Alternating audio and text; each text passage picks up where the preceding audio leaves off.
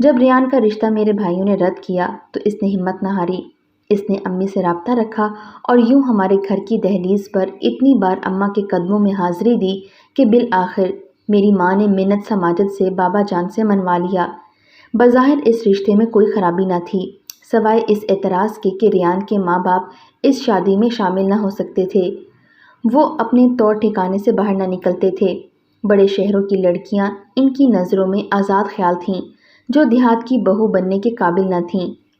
ماں بھائیوں کو بھی سمجھاتی کہ بیٹیوں کے اچھے رشتے آج کل ملنا مشکل امر ہے اور ریان میں کوئی خرابی نہیں، رشتہ چونکہ تم لوگوں کو گھر بیٹھے مل رہا ہے تبھی اس کی قدر نہیں کر رہے ہو۔ غرض ماں کے سمجھانے پر گھر کے سبھی مرد راضی ہو گئے اور یوں 4 ماہ بعد میری آرزو دھوم دھام کے ساتھ پوری ہو گئی۔ شادی کے بعد چند ماہ ریان نے مجھے شہر میں اپنے رشتہ دار کے گھر رکھا اور پھر گاؤں چلنے کی خواہش ظاہر کی۔ مجھ کو بھلا کیا اعتراض ہو سکتا تھا؟ میں تو خود اپنے سسرال والوں سے ملنے کو بے قرار تھی۔ جستجو تھی کہ دیکھوں یہ کیسے لوگ ہیں۔ میں نے بھی گاؤں کی زندگی دیکھی نہ تھی۔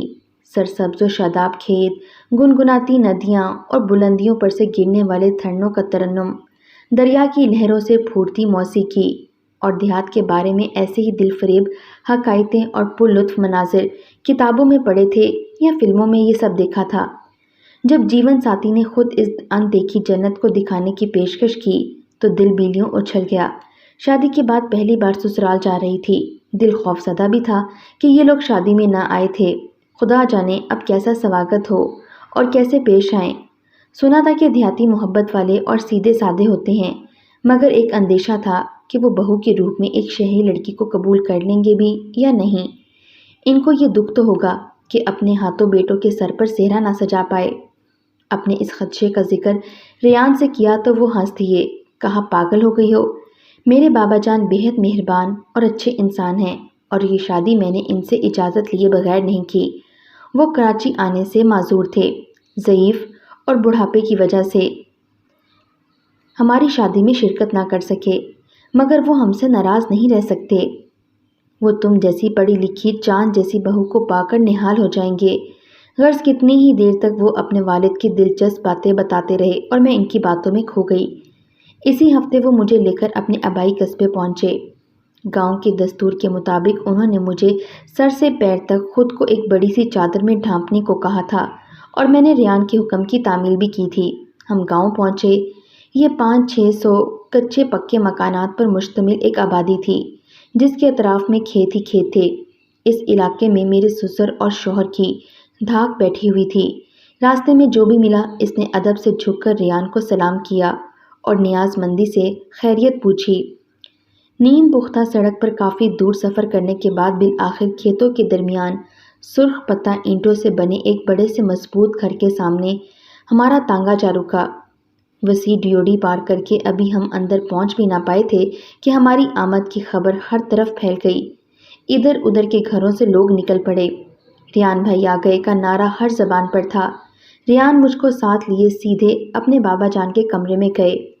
سفید پٹیوں سے بنائے رنگین پاؤں والے پلنگ پر ملتانی چھاپے دار پلنگ پوش بچھا تھا اور اس پر گاؤ تکیے سے ٹیک لگائے ایک تندرست و تندومند شخص بیٹھا تھا۔ قریبی پیتل کا چیختا طرح دار حقہ رکھا ہوا تھا جس کو وہ چلم بھی کہتے تھے۔ چلم کی دراز نے ان کے لبوں میں دبی تھی۔ سفید لنگی کرتے میں ان کا روب ثابت تھا اور لباس کی نفاست میں اجلا پن ان کی تمکنت کو ظاہر کرنے کو کافی تھا۔ ریان نے ادب سے جھک کر ان کو سلام کیا اور پھر دھیمے لہجے میں نگاہیں جھکا کر میرا تعارف کروایا۔ یہ آپ کی بہو سمینہ ہے، سلام کہنے آئی ہے۔ انہوں نے روب بھری ایک نگاہ مجھ پر ڈالی اور میرے بارے میں ایک لفظ بھی ان کی زبان سے ادا نہ ہوا، صرف کہا تو اتنا، اچھا۔ میں سر جھکائے چند سیکنڈ کھڑی رہی تو ریان گویا ہوئے، بابا جان کیا اپنے کمرے میں لے جاؤں اسے؟ ٹھہر ٹھہر کر اور چبا چبا کر انہوں نے یہ الفاظ ادا کیے۔ میرے آنسو پلکوں تک آ گئے کہ سسر نے پہلی بار دیکھ کر مجھے دعا بھی نہ دی تھی، شاید ان کا یہی طریقہ تھا۔ ریان مجھے کمرے میں بٹھا کر چلے گئے۔ اس کے بعد اونچی آوازوں سے ان کی باتیں کرنے کی آوازیں مجھے سنائی دی۔ وہ اپنی مادری زبان میں گفتگو کر رہے تھے جیسے دونوں میں کچھ تکرار ہو رہی ہو۔ مجھ کو صرف آواز سنائی دے رہی تھی مگر گفتگو کے معنی نہ سمجھ پائی۔ میں اپنے کمرے کے ایک کونے میں بیٹھی تھی، اس اثنا میں ان کی ملازمہ جنت مجھ کو شربت دینے آئی۔ میں نے پوچھا کیا کہہ رہے ہیں؟ یہ جھگڑا ہو رہا ہے کیا؟ نہیں بی بی، یہ ایسے ہی بولتے ہیں ذرا اونچی آواز میں۔ آپ پریشان نہ ہوں، آرام کر لیں۔ ذرا دیر بعد ریان آ گئے۔ ان کا چہرہ سرخ اور تمتمایا ہوا تھا۔ میں نے بے قرار ہو کر سوال کیا، کیا ہوا؟ کیا کچھ برا بھلا کہا ہے آپ کے بابا جان نے؟ نہیں، وہ بولے، ایسی کوئی بات نہیں ہے، تم میں یہی خرابی ہے، ذرا ذرا سی بات پر سہم جاتی ہو۔ اس روز کے بعد میرے سسر صاحب سے کوئی بات نہ ہوئی۔ سامنا ہو جاتا تو میں نظریں نیچے رکھتی اور سلام کرتی، وہ ہوں کہہ کر آگے بڑھ جاتے۔ اس رویے سے صاف ظاہر تھا کہ خلقی تو تھی ان کو، مگر کبھی سخت لہجے میں مجھ سے بات نہ کی۔ یہاں آئے 2 ماہ ہو چکے تھے۔ ایک روز ریان شہر گئے ہوئے تھے اور میں کمرے میں اکیلی تھی کہ کسی نے دروازے پر دستک دی۔ میں نے اٹھ کر در کھولا، یہ دیکھ کر حیران رہ گئی کہ ایک نوجوان اور اس کی والدہ سامنے کھڑے ہیں۔ خاتون میرے سسر کی بہن تھی اور ساتھ ان کے 25 سال کا بیٹا ظفر تھا۔ یہ تعارف خاتون نے کرایا اور بولی، اچھا تو تم میری بیٹی کی جگہ لینے آ گئی ہو۔ جس پلنگ پر بیٹھی ہو جانتی ہو یہ کس کی سیج ہے؟ یہ میری بیٹی کی سیج ہے۔ اس پر اس کے بیٹے ظفر نے کہا، مگر اماں جی ہم اس کو یہ سیج نصیب نہ ہونے دیں گے۔ ماں بولی، چپ رہو، اس کا قصور نہیں، قصور ریان کا ہے، اس کا کیا لینا دینا؟ کیوں نہیں؟ اس نے تو اس کو پھنسایا ہے۔ اگر میری بہن کو کچھ ہو گیا تو میں دونوں کو نہیں بخشوں گا۔ نوجوان کے تیور خطرناک دیکھ کر اس کی ماں نے اسے بازو سے پکڑا اور کھینچ کر باہر لے گئی۔ یہ میری ریان کے قریبی رشتہ داروں سے پہلی ملاقات تھی۔ سسرال والوں سے ملنے کا شوق جھاگ کی طرح دل میں بیٹھ گیا۔ اسی شب 8 بجے دوبارہ دروازہ کھلا اور ظفر ہاتھ میں بوتل لیے بے دھڑک میرے کمرے میں داخل ہو گیا۔ اس کا چہرہ وحشت بھرا تھا۔ آتے ہی بولا، جانتی ہو میری بہن ریان کی 10 برس سے منقوہ تھی، مگر اس نے اس کی زندگی کی خوشیوں کو روند کر تم سے شادی کر لی۔ وہ بھی 17 برس کی ہے اور اس نے اس عمر میں خوشی کا منہ دیکھنے کی بجائے موت کو گلے لگا لیا۔ اس نے کالا پتھر پی لیا اور ہسپتال میں موت سے جنگ لڑ رہی ہے۔ میں حیرت سے ظفر کی بات سن رہی تھی۔ وہ تیش میں دیوانہ لگ رہا تھا۔ میں نے پہلی بار اس کی زبان سے کالا پتھر کا نام سنا تھا۔ نہیں جانتی تھی کہ دیہات میں لوگ اس سے کیا کام لیتے ہیں۔ بہرحال یہ اندازہ ہو گیا کہ مہرالنساء جو ریان کی بچپن سے منقوہ تھی، اس نے خودکشی کی خاطر یہ پتھر پیس کر پی لیا تھا۔ میں تو یہاں کے حالات سے صحیح طرح سے بے خبر تھی۔